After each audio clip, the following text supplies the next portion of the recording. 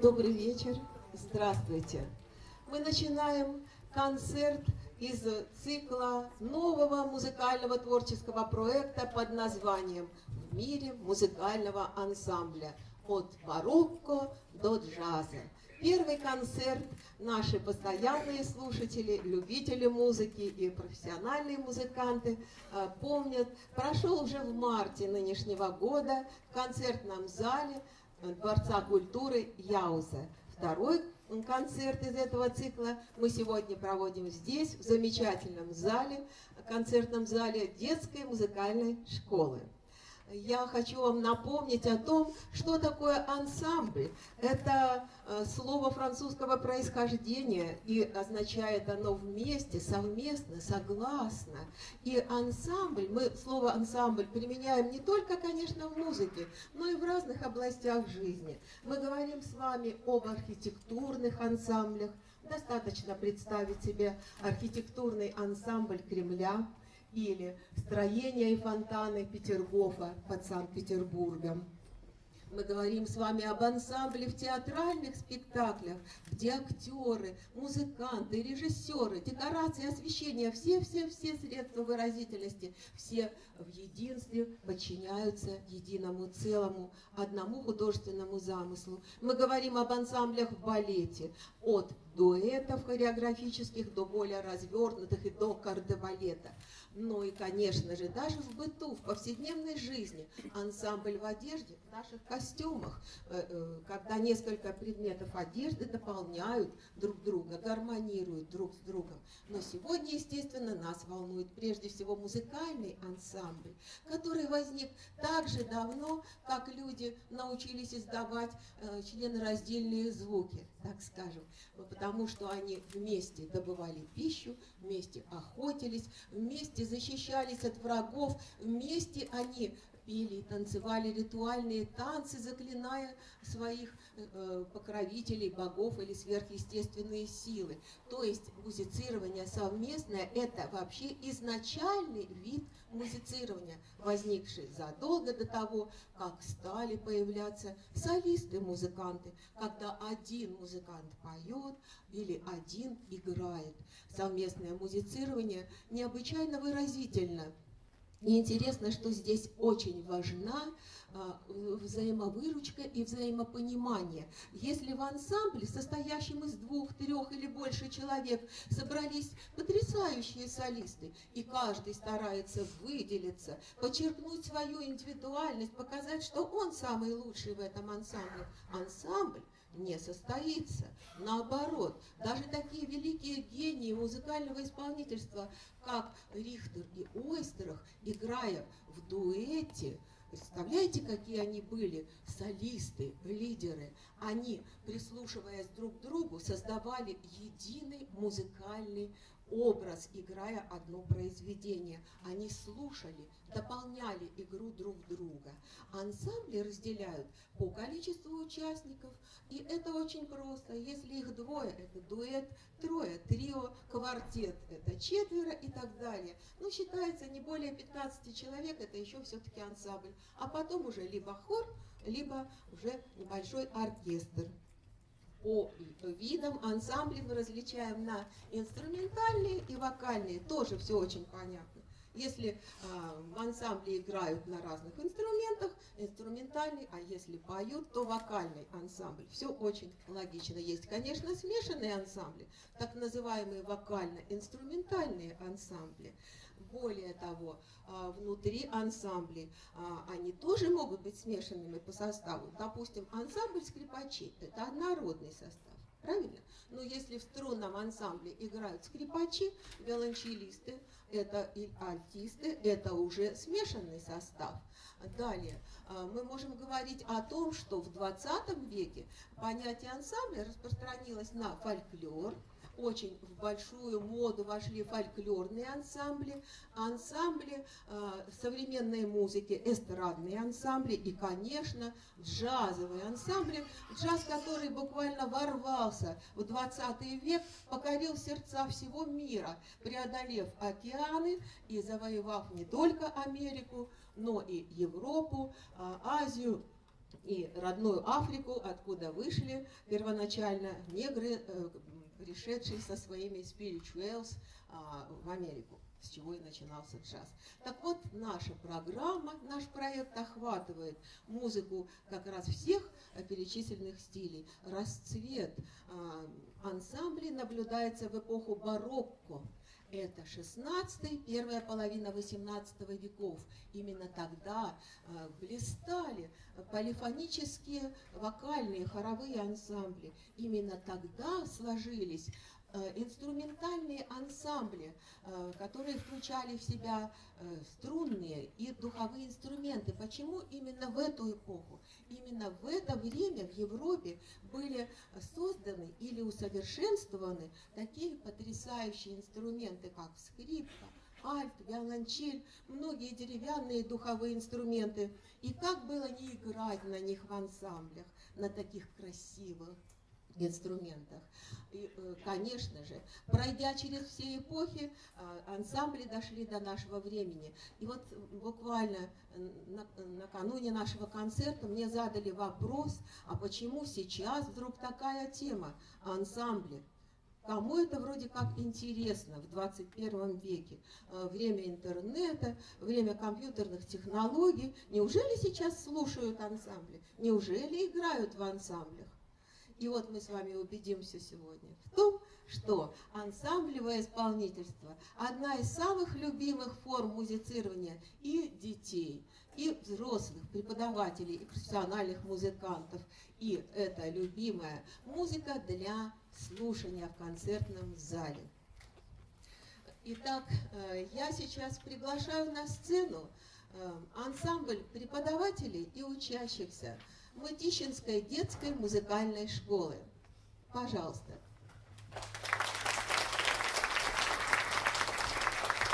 Пока музыканты будут располагаться на сцене, я позволю себе рассказать о той музыке, которую мы будем с вами слушать. Они занимают свои места, готовят пульты, ноты, настраиваются. Итак, наш проект называется «От барокко до джаза». И действительно, первым произведением, которое откроет программу концерта, будет произведение барочного композитора, величайшего скрипача и композитора эпохи барокко, старшего современника Иоганна Себастьяна Арканджело Корелли. Он был гениальным скрипачом, начиная вторым скрипачом в каком-то там заштатном ансамбле в Риме. Он вскоре завоевал такую известность, что его пригласили римские кардиналы. И они его, как говорят теперь, холили и лелеяли, носили на руках. Потому что он организовал потрясающий струнный оркестр. Корелли был очень темпераментным, как все итальянцы, ярким, эмоциональным музыкантом и композитором. Но удивительно, что в этом человеке его вспыльчивость, музыкальность, эмоциональность сочетались с какой-то особой, чисто математической взвешенностью и рациональностью. Это довольно редко встречается у музыкантов. Вы знаете, он написал огромное множество музыки, но укомплектовал все свои произведения всего лишь в 12 опусов, в 6 опусов по 12 произведений. Издал сборники, которые охватили всего 72 произведения. Это, прежде всего, трио-сонаты для 2 скрипок и клавесина, сольные концерты, сольные сонаты и его шедевры «Кончерти гросси», что в переводе с итальянского означает «большие концерты». Этот потрясающий жанр был доведен Корелли до вершины своего развития. В больших концертах бывает различное количество частей, но самое главное, что лежит в основе кончерто гросса, это контраст во всех его проявлениях. Контраст между темпами частей. Медленно, быстро, медленно. Обязательно части чередуются по темпу. Мажор, минор, мажор. Обязательная смена лада. Обязательный контраст внутри исполнительского состава, где в кончерто Гроссо выделяется небольшая группа солирующих инструментов. Вот как сегодня мы будем слушать, это 2 скрипки и виолончель, то есть 2 верхних голоса и басовый голос, которые будто бы немного соревнуются с остальным составом струнного оркестра. Но соревнуются не как в спорте, кто прибежит первым или кто поднимет больший вес. Нет, они соревнуются в красоте игры, дополняя друг друга и создавая шедевр музыкального искусства. Итак, сейчас мы слушаем 3 части из кончерто Гроссо, опус 6, номер 8, Арканджело Корелли. Это рождественский концерт, потому что композитор сам написал подзаголовок «Свершилось в ночь на Рождество». 3 части – граве, аллегро и адажио. Этот концерт входит в посмертный сборник, изданный уже после того, как композитор оставил земной мир. Играет лауреат международного, межрегиональных, областных, городских конкурсов ансамбль учащихся и преподавателей Мытищинской детской музыкальной школы, руководители Юрий Алексеевич Прокошев, Ольга Вадимовна Волкович. Корелли, 3 части из рождественского концерта.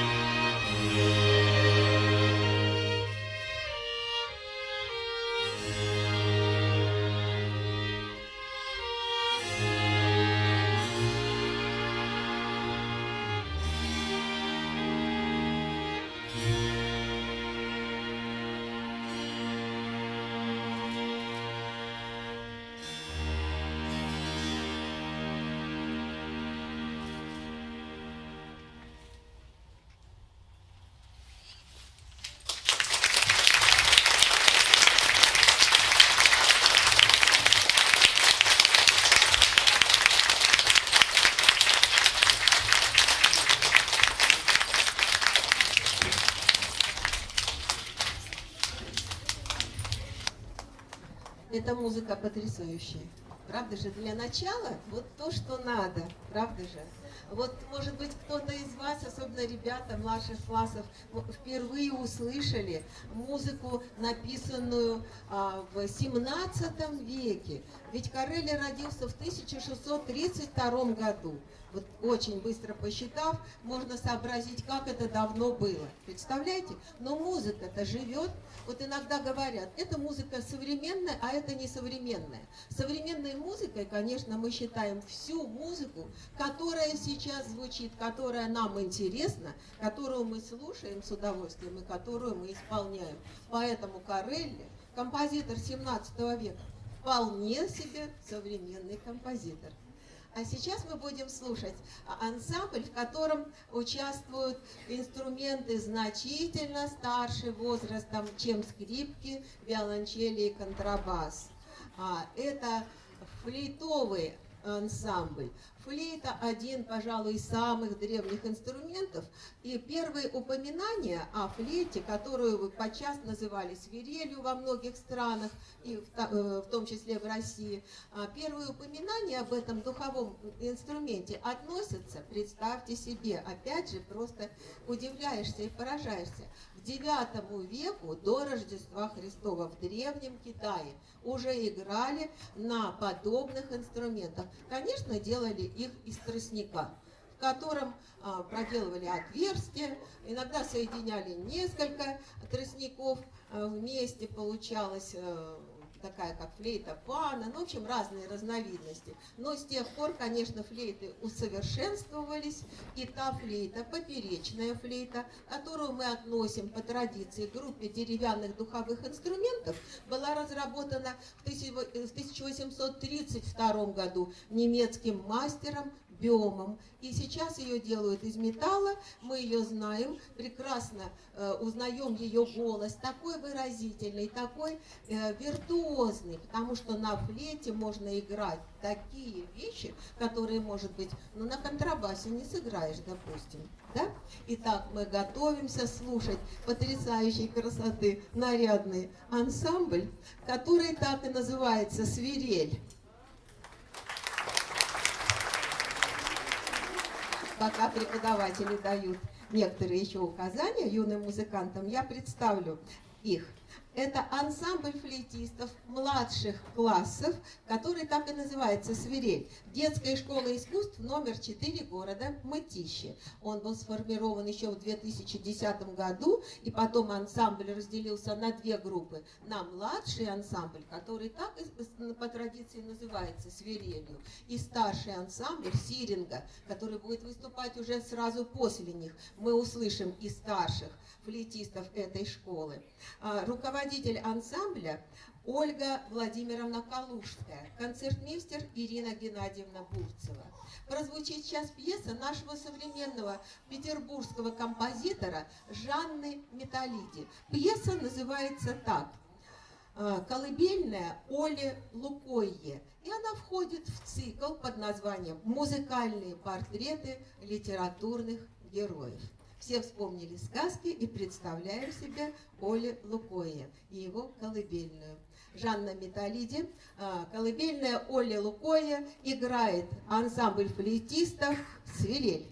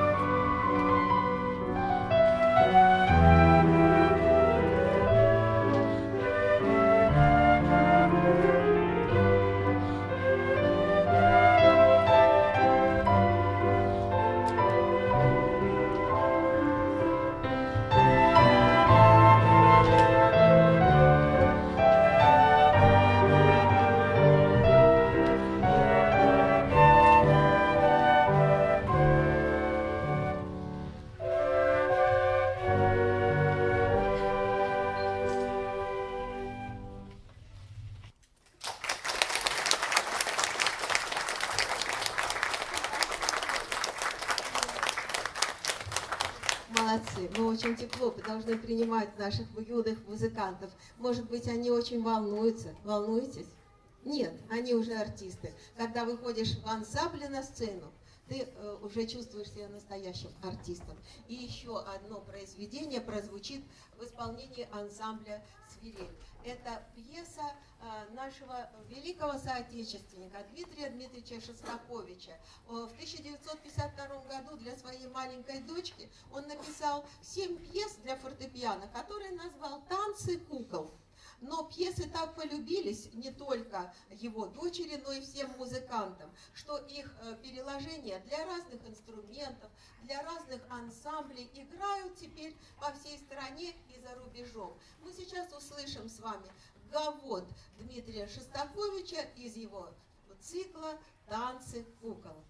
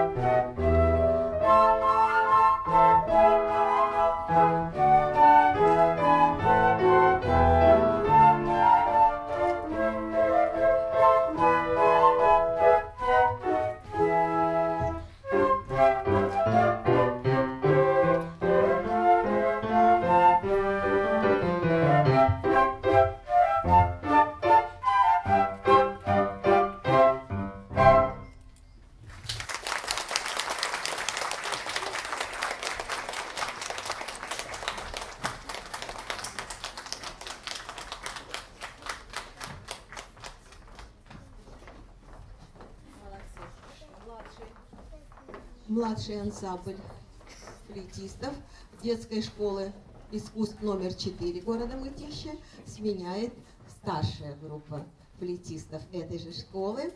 И ансамбль этот уже называется не свирель, а сиринга. Может быть, это какой-то другой инструмент? Нет, это все та же самая флейта. Но почему сиринга? Откуда такое название? Кто интересуется мифами Древней Греции, наверняка читал один из самых увлекательных мифов, когда пастух по имени Пан влюбился в прекрасную сирингу, но пастух ей не нравился, и сиринга решила от него убежать и превратилась в тростник. Тогда Пан срезал этот тростник и сделал из него флейту, на которой играл все свои оставшиеся дни и был счастлив. Хотя сиринга любимая его отвергла. Так вот, сирингой и назвали ансамбль старших классов детской школы искусств номер 4. И мы услышим в исполнении этого ансамбля музыку композитора Нина Роты. Но еще раз я напомню, что этот ансамбль очень известный. Они лауреаты международных конкурсов, дважды лауреаты премии Гран-при, лауреаты всероссийских, зональных конкурсов исполнителей на духовых инструментах. Ансамблем руководит Ольга Владимировна Калужская, концертмейстер Ирина Геннадьевна Бурцева. Нина Рота – это имя известно особенно старшим по музыке к кинофильмам. Все выдающиеся итальянские фильмы, таких прославленных кинорежиссеров, ну и «Крестный отец» тот же самый. Это все Нина Рота, куда деться. Музыка потрясающая. Так вот, мы сегодня с вами услышим музыку из кинофильма «Ромео и Джульетта». который поставлен режиссером Франко Джиффирелли в 1959 году. И что интересно, именно за музыку этот фильм удостоен серебряной ленты. Итак, Нина Ротта, музыка из кинофильма «Ромео и Джульетта», играет ансамбль флейтистов Сиринга.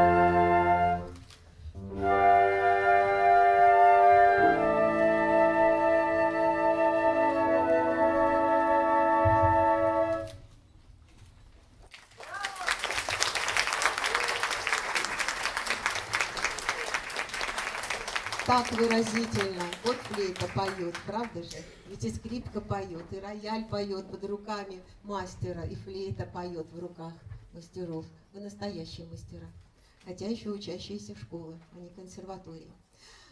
Еще в 1993 году, по историческим меркам это ведь совсем недавно, современный британский музыкант, он увлекался роком, рок-музыкант, джазовый музыкант, играл в рок-группах, по заказу телевидения написал очень красивую мелодию к телерекламе одной из фирм по продаже алмазов. Ну вот при чем здесь музыка? Вот так бывает в музыке. Вот он написал очень красивую мелодию к этому рекламному ролику. Мелодия называется «Палладио». С тех пор эта тема облетела весь мир. Так она всем понравилась, да и самому композитору, которого зовут Карл Дженкинс, что он из нее сделал целый концерт в 3 частях. Но именно вот эта прославленная тема, вы ее сейчас наверняка узнаете, звучит в 1 части. И вы знаете, она так стилизована под эпоху барокко, что в некоторых источниках пишут, что это музыка Вивальди. Танец смерти или танго смерти Палладио принадлежит Вивальди. Но это вот только делает честь современному британскому композитору. Правда же, что его музыку приписывают гению Вивальди. И все-таки это Карл Дженкинс, современный британский композитор. Палладио, 1 часть из концерта, играет ансамбль Тиринга.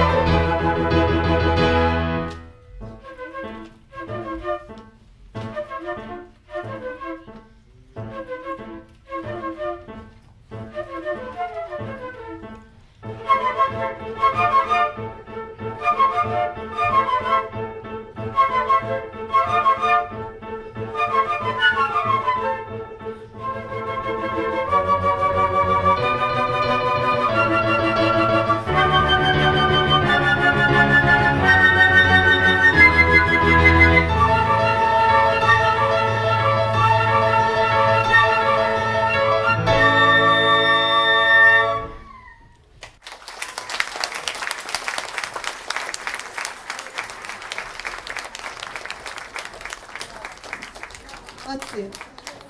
Я не к тому, чтобы сделать рекламу какому-то коллективу, а к тому, что играют дети так увлеченно, так художественно. Молодцы. Их преподаватели молодцы, что подготовили за это время после каникул, такую слаженную игру в ансамбле, где каждый слышит друг друга, каждый чувствует друг друга. Никто не выделяется, не выпячивает себя и подстраивает свой звук к соседнему инструменту. Сейчас мы будем слушать также ансамбль духовых инструментов, в которые входят флейты и кларнеты. Флейты мы уже знаем, что такое за инструмент. Кларнет также относится к группе деревянных духовых инструментов, хотя, конечно, сейчас, в 20-21 веке, их делают из сплавов металлов, которые включают даже такие драгоценные сплавы, как золото, платину и прочее. Но все равно флейта, гобой, кларнет, фагот – это группы деревянных духовых инструментов. Флейты и кларнеты очень хорошо сочетаются друг с другом. Я думаю, что наш ансамбль уже может выходить и подготавливаться к выступлению. Правда же, им надо установить пульты. Вот.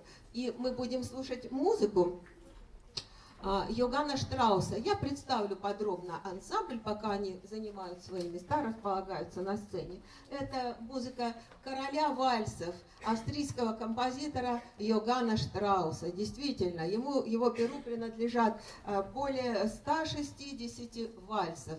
В сказке Венского леса, Голубой Дунай и так далее. В общем, вальсы баснословной красоты, облетевшие весь мир. Он много раз приезжал в Санкт-Петербург, давал концерты и посвятил нашей России любимой тоже несколько вальсов. Но помимо вальсов Штраус писал мазурки, галопы и польки. Из его полек многочисленных, более 60 их сочинил композитор.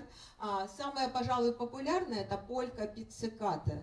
Она написана для оркестра. Ну, все струнники прекрасно знают, что такое игра пицциката. Это игра не смычком по струнам, а щипком. Отрывистый, такой легкий полетный звук. Поэтому на духовых инструментах, в переложении для которых будет звучать полька пицциката, это будет звучать очаровательно, то есть очень-очень подходит, соответствует замыслу композитора. Последнее, сам Штраус говорил: из меня мелодии текут рекой, как вода из крана. Вот уж действительно, столько он написал красивой музыки, которой восхищается весь мир.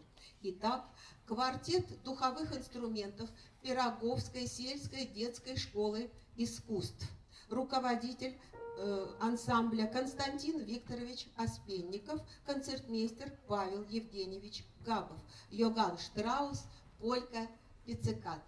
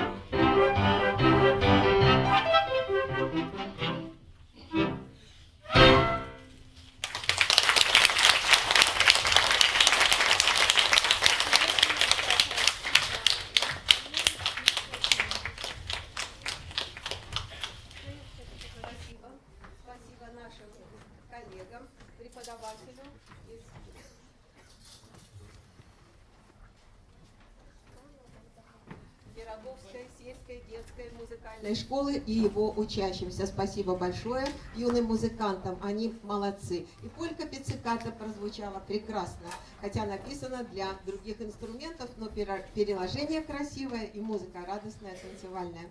Мы сейчас готовимся слушать интереснейший тоже современный ансамбль ударных инструментов. Позволю себе напомнить, что ударные инструменты бывают, ну так скажем, трех видов. Такие, вот как их относят к шумовым. Вот это барабаны. Да, они не имеют точной высоты. То есть высоту игры на барабане мы не можем определить. Фа звучит или до, или ми бемоль. Нет, но очень нужные инструменты. Да? Есть звенящие музыкальные инструменты ударные, тарелки, колокольчики, так, бубны и так далее. И есть, наконец, ударные инструменты. Вот 3 из них представлены здесь, вернее, это 2 вида, но один удвоенный. Это инструменты, которые имеют точную высоту.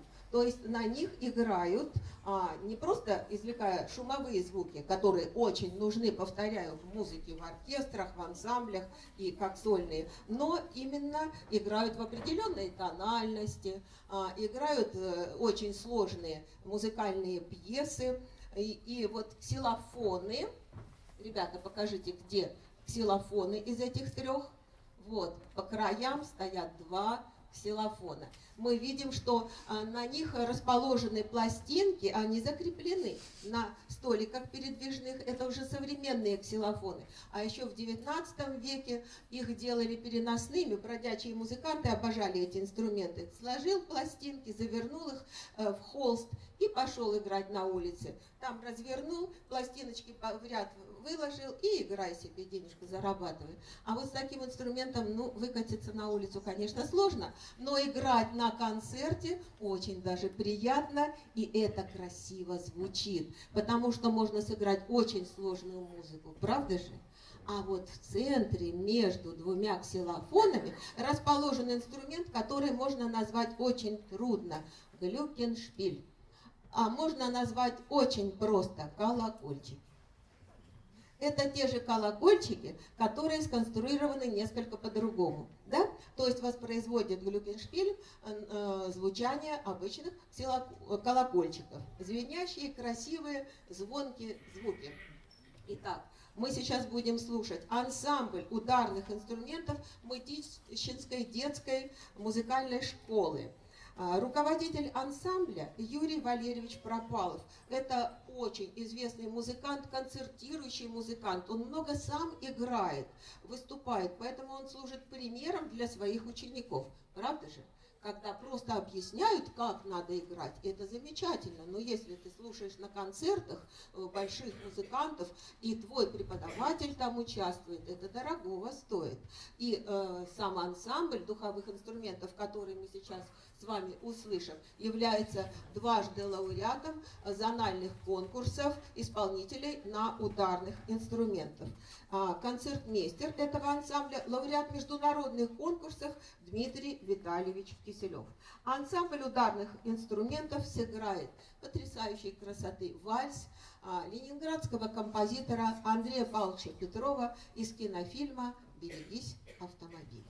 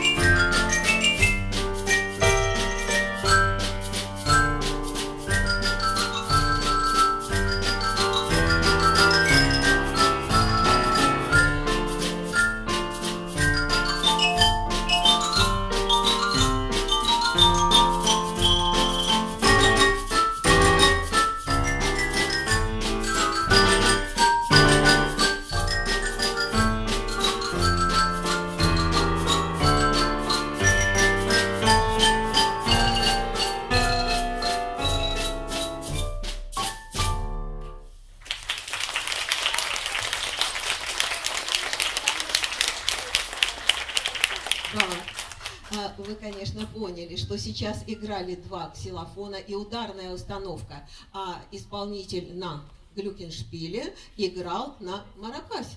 Правильно? Да. Покажи, пожалуйста, этот инструмент. Маракас. Он бывает разной формы, чисто шумовой ударный инструмент, но очень хороший у него такой звук, который дополняет звучание других инструментов. А сейчас мы будем с вами слушать пьесу, которая имеет широкую популярность. Она называется «Карусель». Ее автором является знаменитый немецкий аккордеонист, музыкант, который прославился в 30-40-х годах.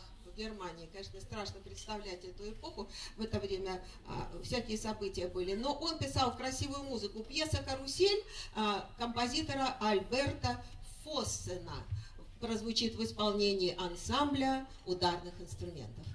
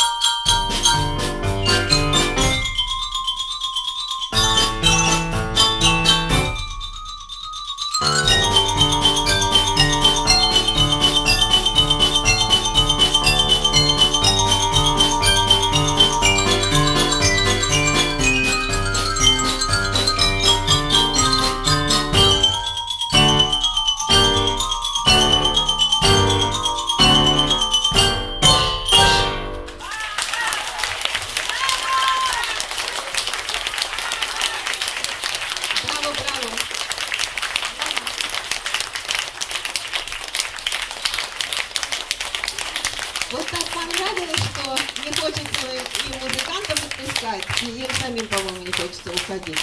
Но вы сыграли всю программу. Спасибо вам большое. Спасибо, молодцы. Ну вот это называется театрализованное исполнение музыки. Да? Когда это подходит, то это прекрасно. Бывает что-то неуместное, оно тут прямо вовремя, и такие движения. Пластика-то какая. Вот каковы у нас юные музыканты. Им все подвластно, не только музыка, но и танец. А сейчас мы будем слушать ансамбль совсем другого качества, но такой же красивый и такой же музыкальный. То есть вот нет ни одного состава ансамбля сегодня в концерте, о котором можно сказать, ну что-то не то, не сочетаются инструменты. Нет, это будет ансамбль домр в сопровождении фортепиано. Что такое домра? Может быть, не все знают, но вы сейчас увидите и услышите эти замечательные струнные щипковые инструменты. Это народные инструменты. Они имеют очень древнее происхождение. В народе у нас на Руси на домрах, конечно, другой конструкции, значительно более простой, даже, скажем, примитивной, играли крестьяне в деревушках, аккомпанировали на танцах, пели песни, все было замечательно, пока не вышло распоряжение, поскольку скоморохи с этими домрами и балалайками путешествовали по России, да еще высмеивали высоко поставленных людей, велели собрать все домры, все балалайки, все гусли по всем деревням, дальним и ближним, собрать на телегах, свести в большие костры и сжечь. Но крестьяне, ну вот, потому что они в своих песнях не прославляли богатых людей, а их критиковали и высмеивали. И вот такой вышел указ. Вот ужас какой был, да? Но русского человека не обманешь. Крестьяне на чердаках, подвальчиках, где-нибудь там, где дрова лежат, попрятали некоторые инструменты. Конечно, это грозило им большими неприятностями, но удалось их сохранить. И позже, уже в XIX веке, Василий Васильевич Андреев собрал эти инструменты, объезжая дальние и ближние деревни, усовершенствовали их конструкцию, и теперь весь мир восхищается игрой на балалайках, домрах. Вообще балалайка считается символом России. Представляете, ее пытались запретить. Ну вот чего только не бывает в истории разных стран, в том числе у нас. Итак, мы будем слушать сейчас дуэт домр, учащихся Пироговской сельской детской школы искусств в составе Марии Потаповой и Всеволода Масунова. Преподаватель Надежда Александровна Оспенникова, а концертмейстер Павел Евгеньевич Габов. Я приглашаю музыкантов. И будут они играть очень популярную музыку Александра Наумовича. Ну, пожалуйста, поклон, чтобы я вас не перебил. Вот, они так подготовились, молодцы. Александра Наумовича Цфасмана. Это известнейший советский композитор, пианист, потрясающий пианист, он лауреат международных конкурсов, он же и основоположник первых джазовых оркестров в Советском Союзе. И он автор популярной мелодии «Неудачное свидание». Помните? Ну, значит, завтра на том же месте, в тот же час. Играет дуэт домр Пироговской музыкальной школы.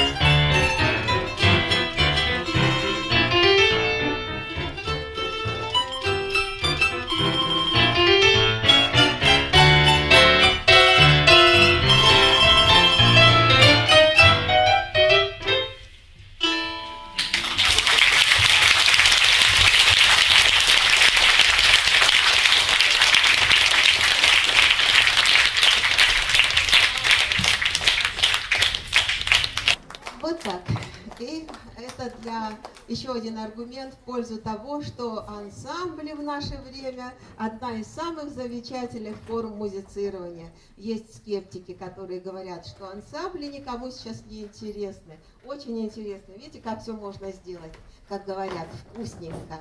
Вот вкусненько, красиво, сценично, интересно. Даже для тех маленьких слушателей, которые, может быть, первый раз на концерте, это наоборот привлекает их и помогает воспринимать музыку.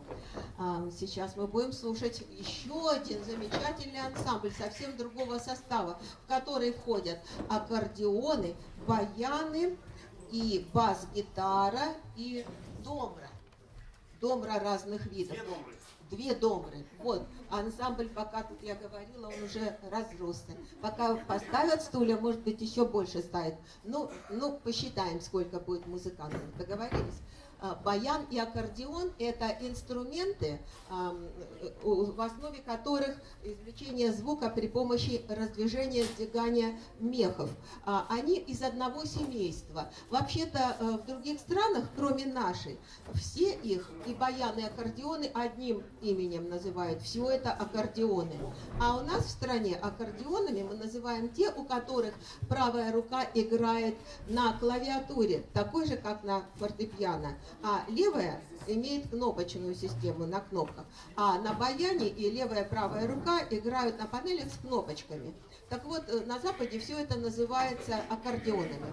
Появились эти инструменты тоже довольно давно, и играют на них самый разнообразный репертуар. От народной музыки, причем разных стран. Потому что, вообще-то, аккордеон во Франции был изобретен, да, и естественно, что во Франции он и остается любимым и очень модным инструментом. Мы знаем и у Легара песни популярные, различные, и в джазе применяют этот инструмент, потому что красивый звук у него.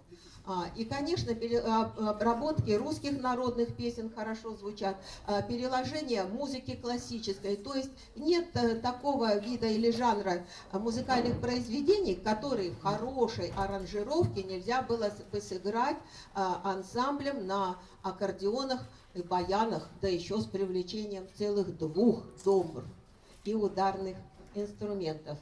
А где у нас ударные инструменты? Где? Не будет у вас ударных инструментов сегодня? Еще не все. Извините, тут еще подставочку выносят. Да? Для дирижера. Все, я пропустила подставочку для дирижера и самого дирижера тоже. Потому что ансамбль хоть и небольшой, но нуждается все-таки в руководителе.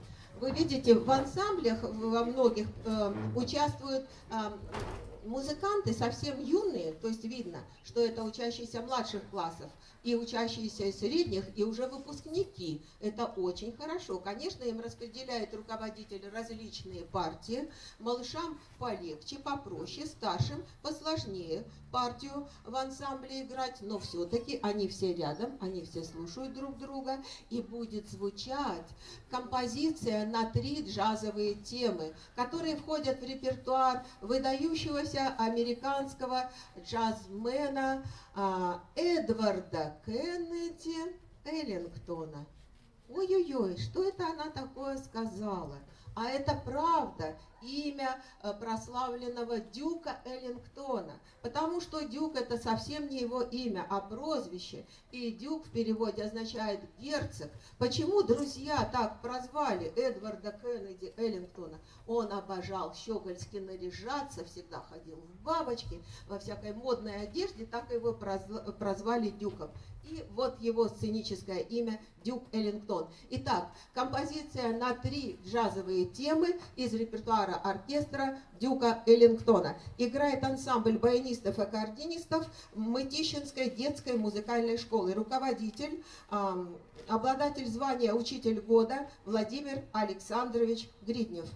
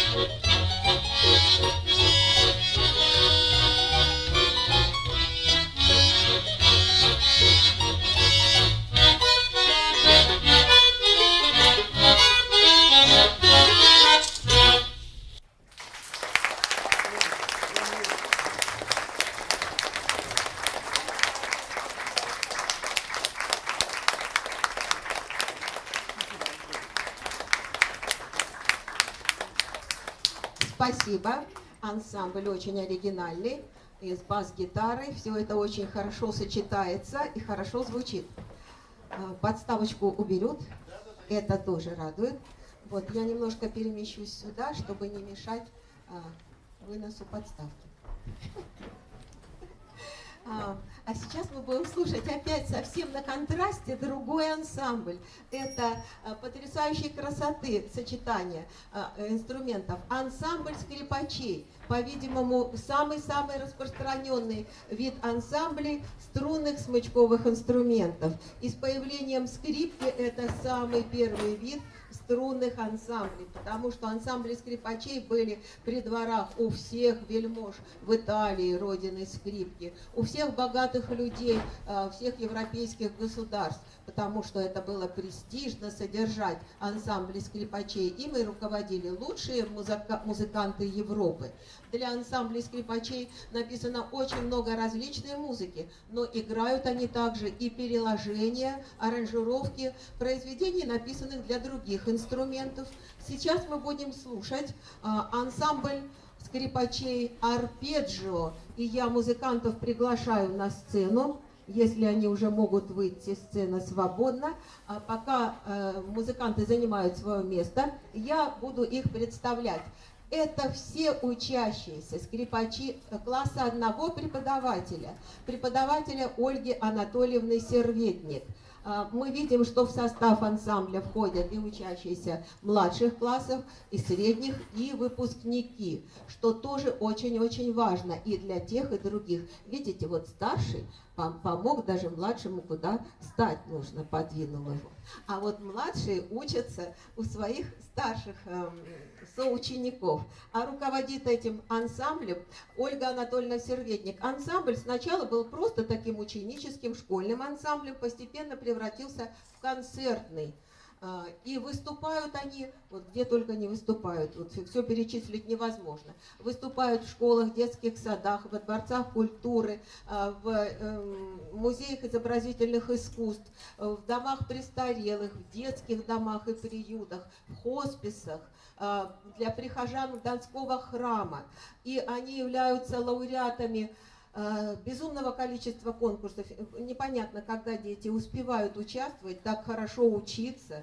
И не только в музыкальной школе, но и в общеобразовательной ведь школе все учатся. Лауреаты международных конкурсов, всероссийских, областных, зональных и так далее. Они обладатели гран-при многих конкурсов, выезжали на гастроли в Германию, в Израиль. В общем, много говорить можно об этом ансамбле и о его руководителе Ольге Анатольевне Серветник, которая является лауреатом премии губернатора Московской области, удостоена звания «Учитель года». Итак, руководитель Ольга Анатольевна Серветник, концертмейстер Ольга Николаевна Шевченко, лауреат конкурсов исполнительских. Играет ансамбль скрипачей арпеджио Мытищинской детской музыкальной школы. Вениамин Иосифович Шер. Пьеса «Бабочки».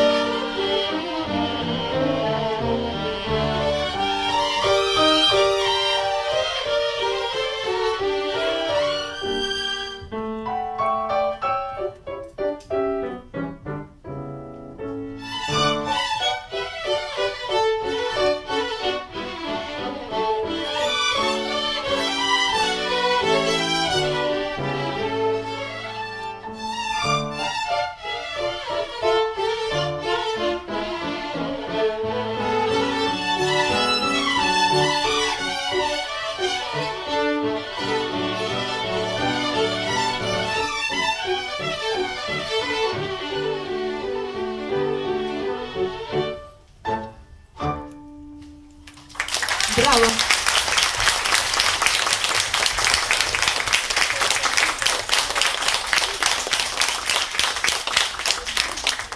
И еще одна пьеса в исполнении ансамбля скрипачей «Арпеджио».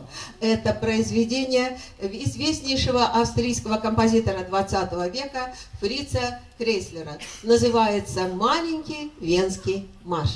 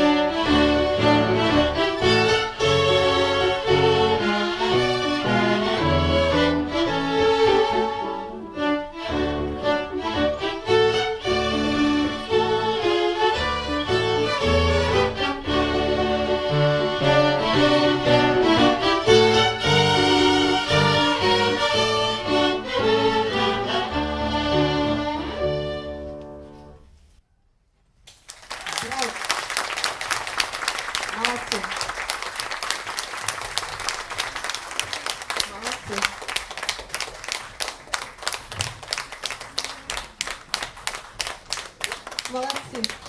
И музыка какая красивая, правда же? Все-таки Крейслер потрясающий композитор. Он мастер миниатюры оркестровой, фортепианной, скрипичной. Он сам был потрясающим скрипачом, хорошо знал этот инструмент, поэтому вот все возможности, исполнительские возможности скрипки он применял в своих произведениях, в частности в этом замечательном марше.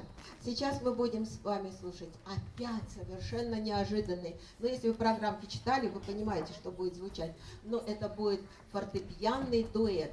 Вы знаете, считается в музыке так, что фортепианный дуэт — это самый парадный вид ансамблей. И появился фортепианный дуэт в XVIII веке. Как только разработали молоточковое фортепиано, так и появился ансамбль. Кстати, фортепиано — единственный инструмент, на котором два музыканта могут одновременно играть. сидят вдвоем за одним роялем и играют в 4 руки. Но еще большей известностью пользуются фортепианные ансамбли для 2 инструментов. То есть у каждого пианиста свой рояль, своя палитра исполнительская и, конечно, все краски этого богатейшего по тембру инструмента. Сергей Васильевич Рахманинов, выдающийся гениальный русский композитор, был сам блестящим композитором и пианистом и создателем самых, видимо, прекрасных произведений для фортепиано. Не знаю, я считаю, что он самый гениальный. Хотя Рахманинов вот из такой скромности говорил: теперь писать для рояля так, как писал Лист, не может никто. Никто из современных композиторов, в том числе и я, не может написать для рояля так, чтобы он звучал как у Листа. Представляете, как у Ференса Листа? У самого-то Рахманинова каков рояль?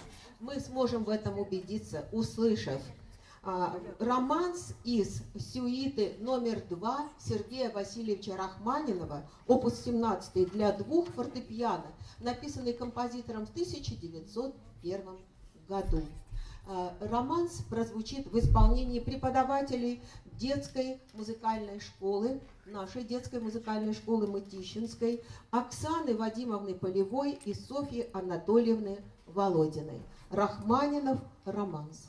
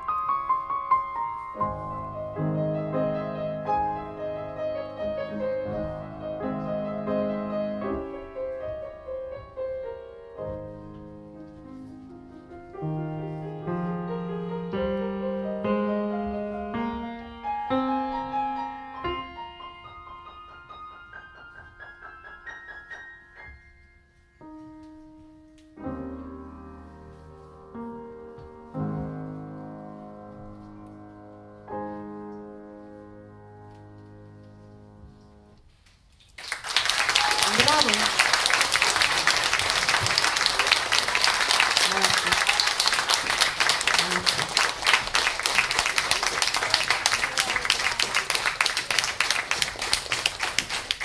Как это прекрасно, музыка Сергея Васильевича Рахманинова и такое хорошее исполнение в зале музыкальной школы. Мы продолжаем наш концерт, и сейчас, я понимаю, конечно, хочется уйти, кто-то уже устал, но у нас совсем немного осталось участников, причем это будут вокальный ансамбль, будет эстрадно-джазовый ансамбль. Давайте наберемся терпения. Вот все ансамбли, которые мы сейчас слушали, это были инструментальные коллективы. Играли на разных музыкальных инструментах.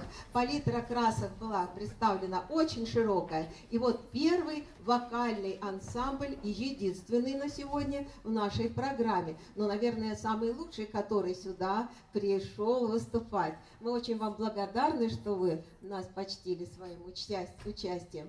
И я представляю этот вокально-хоровой ансамбль «Бельканто» детской школы искусств номер 4 города Мытищи. Ансамбль был создан еще в 2013 году, и с тех пор, ну, конечно, дети меняются. Понятно, что дети заканчивают школу, в него вливаются другие певцы. Понятно, он обновляется, ведь они не будут в одном возрасте сохраняться столько лет. Это было бы хорошо, но так не бывает, к сожалению.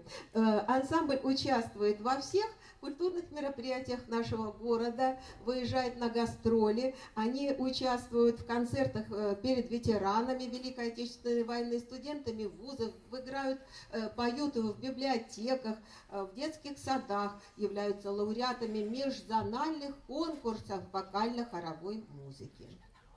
И международных, вот уже новые сведения. Тут же, понимаете, каждый день приносит новую информацию, не успеваешь иногда даже уследить. Спасибо, что вы мне это сообщили.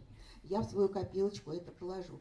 Итак, вокально-хоровой ансамбль «Бельканто» будет исполнять очень оригинальную вещь. Эта песня называется «Аллилуйя». И написал ее в 1984 году канадский певец и композитор, которого зовут Леонард Коэн.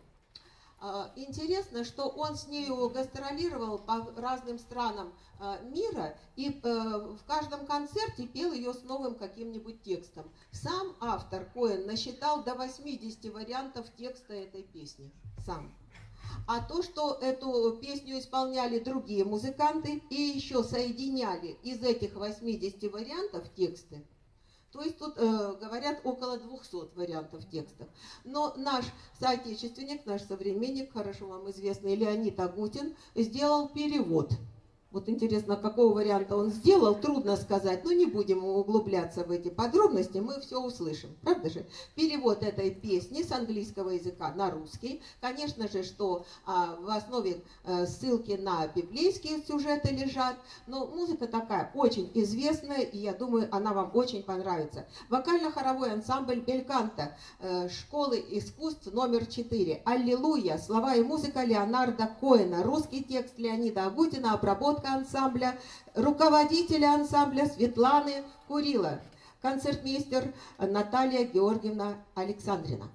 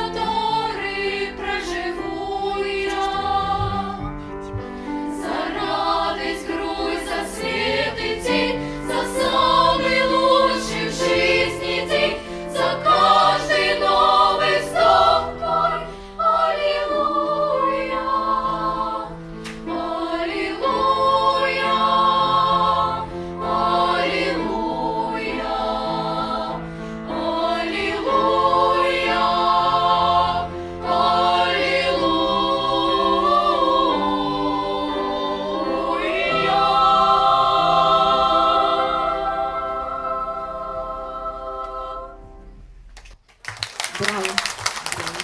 Спасибо.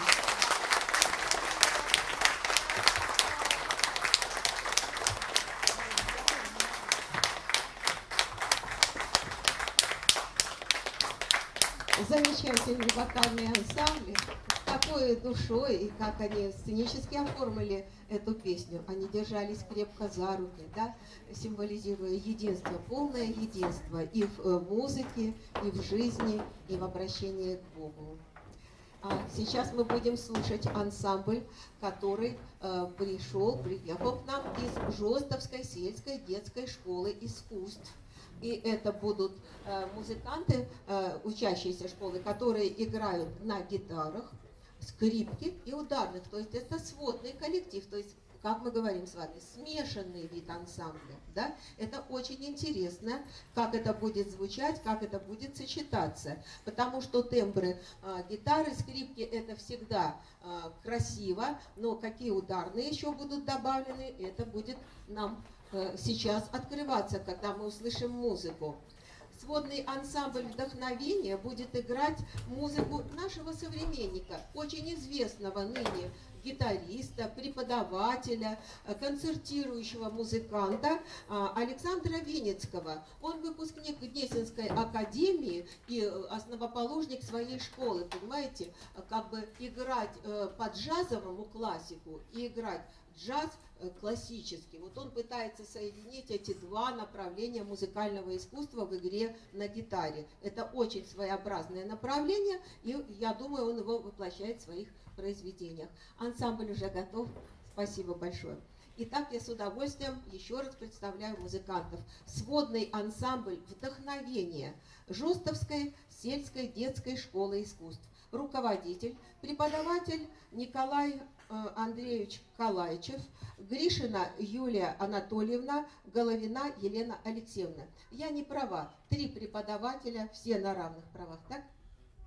Или есть все-таки руководитель? Есть инициатор, художественный руководитель. Да, Это, ну, в данном случае это я, преподаватель по классу гитары Жостовской сельской школы.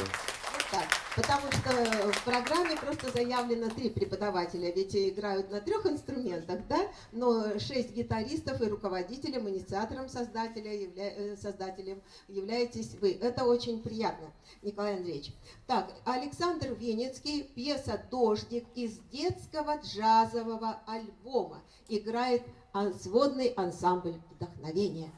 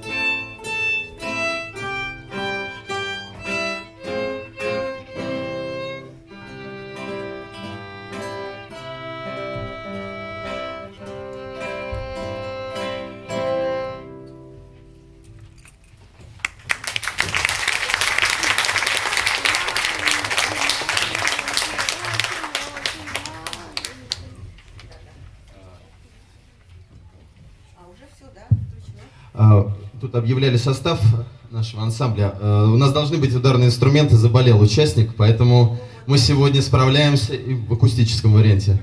Итак, испанский танец. Испанский танец играет ансамбль «Вдохновение».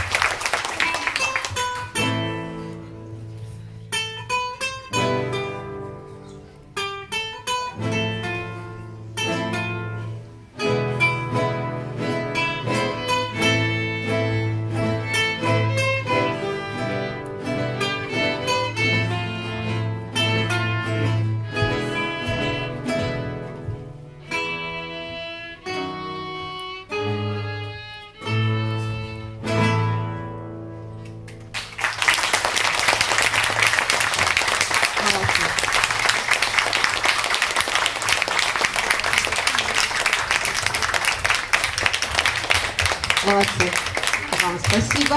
Спасибо. Видите, какие у нас энтузиасты, преподаватели, руководители, правда же? Вот первая пьеска такая коротко, но ясно, как говорится, но сыграна с чувством, с толком, с расстановкой. И тут, пожалуйста, весь зал увлекли своей игрой. Вот от руководителя все зависит, да? На энтузиазме мы и держимся.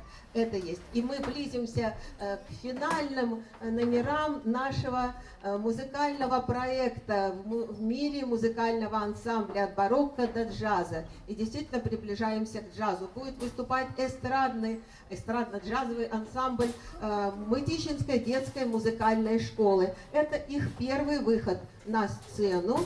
Вот, и они, конечно, готовились очень, ну, естественно, и как начинающие музыканты немножечко беспокоятся, но я думаю, все у них будет хорошо. Знаете, выдающийся джазовый американский музыкант Луи Армстронг когда-то сказал: если вы, слушая джаз, не притоптываете ногой, то вы никогда не поймете, что такое джаз. А объяснить словами, что такое джаз, все равно невозможно. Значит, джаз можно только чувствовать.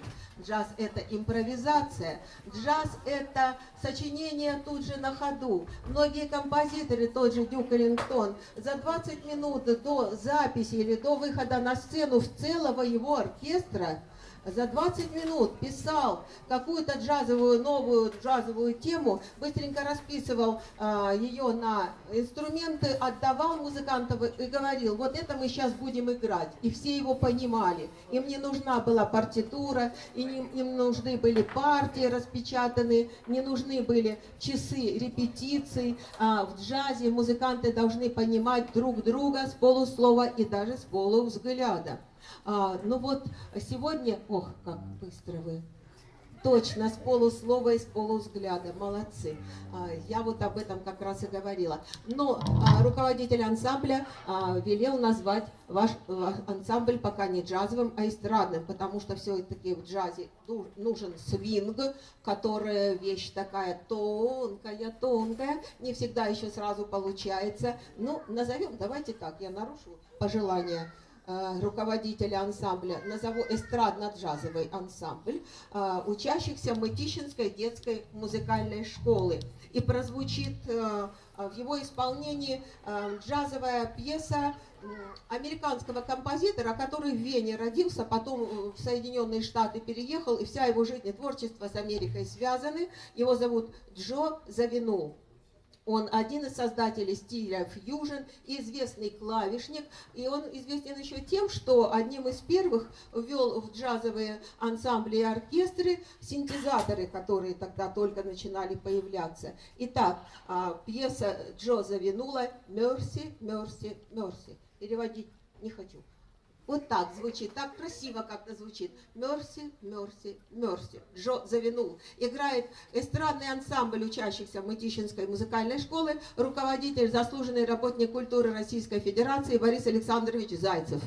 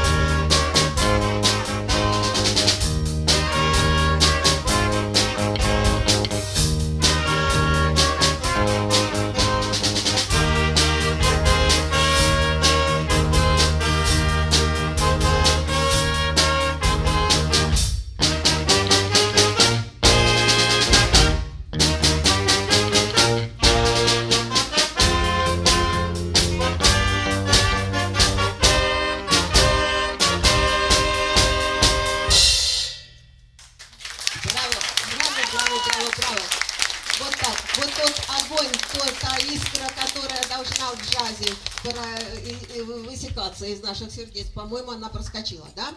Вот, а сейчас буквально настоящий шедевр джазовой музыки. Это известнейшая песня «Поезд на Чаттанугу», или еще называют Чаттануга-Чучу. Чаттануга — это в штате Теннесси небольшой городок. Как-то джазовый композитор Гарри Уоррелл и его друг Мак Гордон ехали в поезде с юга Америки на север и проезжали вот этот небольшой городок Чаттануга. И прямо в поезде сочинили эту песенку. Она вошла в репертуар американского джаз-оркестра Гленна Миллера и в кинофильм, известный всем во всем мире, под названием «Серенада солнечной долины». Вот сейчас эту пьесу, конечно, уже и без слов играют многие джазовые коллективы, и мы услышим ее в исполнении нашего эстрадного ансамбля. Один очень любопытный факт, и мы же уже близимся к завершению.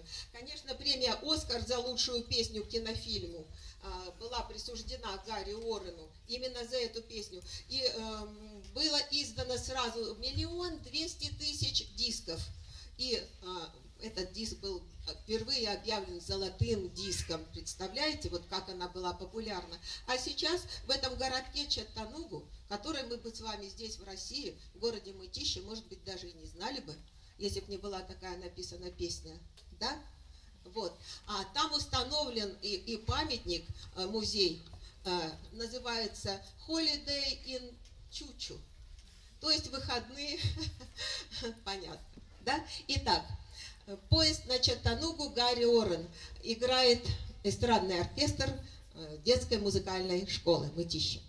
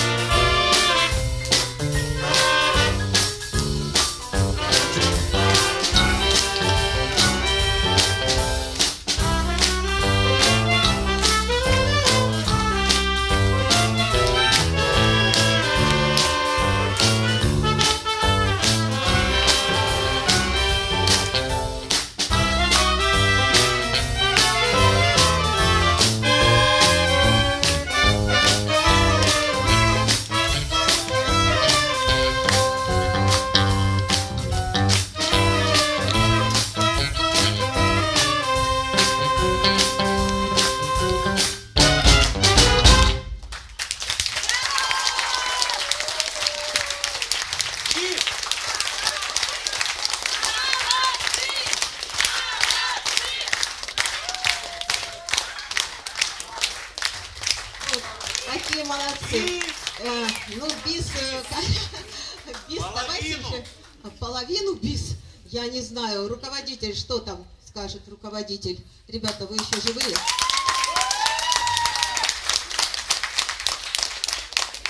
В общем, что-то скажет.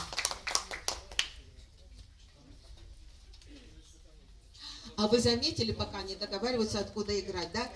В Чаттануге что? Там же сигнал был паровоза, да, в начале, правда же? Вот, ну, обалдеть.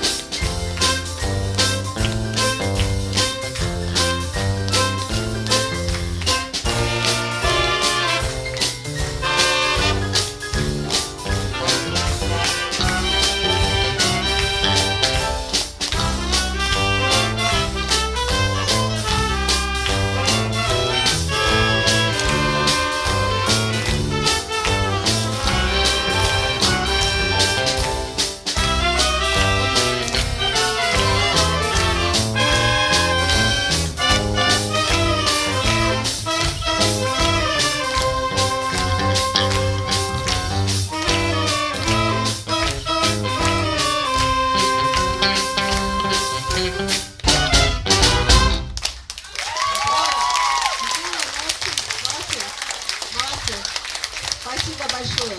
Вот так на поезде, который ехал в Чаттанугу, мы приехали к завершению нашего концерта, музыкального марафона под названием «В мире музыкального ансамбля». От барокко мы доехали до джаза. Спасибо вам большое за ваше внимание и терпение. Спасибо музыкантам, которые с такой энергией завершили программу концерта. Программу вела музыковед, заслуженный работник культуры Российской Федерации Галина Зайцева. Всего вам доброго. И вам спасибо. Всего вам доброго. До свидания.